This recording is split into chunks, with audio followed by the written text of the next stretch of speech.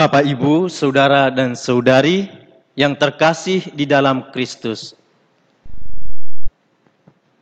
Kapan dan dimanapun kita selalu ingat bahwa tidak semua orang menyukai kita. Tidak pula semua orang membenci kita. Ada yang suka, ada yang benci. Ada yang pro, ada yang kontra.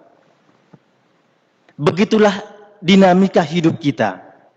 Selalu ada dua sisi. Mengapa? Karena setiap orang memiliki cara pikir. Setiap orang memiliki sudut pandang, memiliki prinsip-prinsip, pemahaman, bahkan mungkin pengetahuan yang berbeda-beda.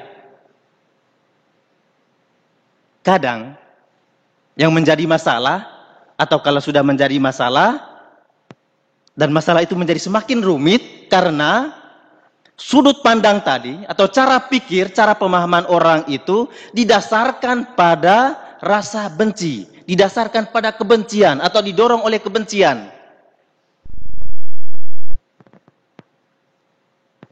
Kita berbicara masuk telinga kiri, keluar telinga kanan.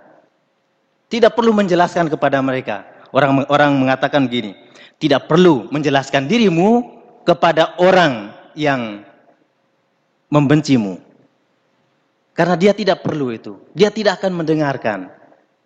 Sebaik apapun penjelasan kita, apa yang kita katakan tidak akan dipahami dan tidak akan diterima. Tidak perlu juga kita menjelaskan siapa diri kita kepada orang yang mencintai kita, orang yang mengasihi kita, karena dia sudah paham, dia tidak perlu itu. Jadi gitu saudara-saudari, saya mau mengatakan bahwa jika kebencian itu menjadi dasar, maka runtuhlah segala kebaikan, runtuhlah segala kebenaran, runtuhlah segala keadilan. Apa yang dikatakan, apa yang diwartakan akan runtuh karena sikap yang demikian. Bapak, Ibu, dan saudara-saudari yang terkasih, bacaan-bacaan hari ini mengisahkan hal yang kurang lebih demikian. Dalam bacaan pertama, Nabi Yeremia mengalami penolakan bahkan oleh sahabat-sahabat karibnya sendiri. Dia diancam. Mereka semua bersekongkol untuk menjatuhkan Yeremia karena pewartaannya.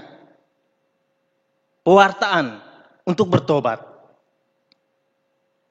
Semua bersekongkol mengancam dia. Tetapi yang menarik, Yeremia tidak putus asa. Kebenaran, kebaikan, cinta, keadilan, bahkan amal tidak boleh kalah dengan kebencian atau ancaman, bahkan tantangan.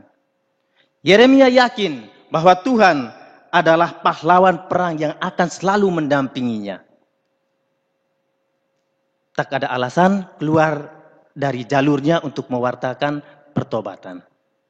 Cinta, semangat, kebaikan, amal tidak pernah terhenti oleh karena tantangan dan ancaman.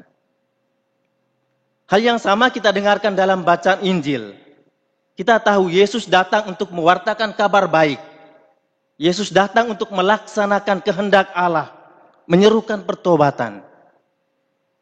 Tetapi orang-orang menuduh dia menghujat Allah. Pertengkaran tidak bisa dihindarkan dalam bacaan Injil. Bahkan cenderung menjurus ke arah kekerasan. Karena apa? Mereka tidak memerlukan penjelasan dari Yesus. Mereka tidak mendengar. Sebaik apapun yang dikatakan oleh Tuhan Yesus. Maka Yesus memilih untuk pergi ke daerah sungai Yordan. Dan di sana dikatakan banyak orang yang percaya kepadanya. Saudara dan saudari yang terkasih di dalam Kristus. Selalu ada pro dan kontra. Suka dan tidak suka. Cinta dan benci. Penerimaan dan penolakan di dalam hidup kita. Dan kita tidak bisa memaksakan orang lain sesuai keinginan kita. Bahkan teman, sahabat karib pun, orang yang semeja makan, orang yang serumah, orang yang seranjang, bisa mengancam, bisa mengkhianati kita. Tetapi sebagai orang beriman, mari kita belajar dari Yeremia untuk mengandalkan Tuhan. Kita mendekatkan diri pada Tuhan. Sahabat, teman, orang lain boleh mengkhianati atau mengancam kita, tetapi Tuhan tetap sayang dengan kita. Yang bisa kita lakukan adalah melakukan apa yang benar, apa yang baik, apa yang adil, apa yang berkenan, semampu, sebaik yang bisa kita lakukan. Tentu sesuai dengan kaidah-kaidah hukum moral dan aturan-aturan agama. Kita yakin dan percaya pada waktunya kebaikan, kebenaran, cinta, amal kita, keadilan kita akan menunjukkan dirinya. Sebab Tuhan senantiasa memperhatikan kita semua. Tuhan memberkati kita.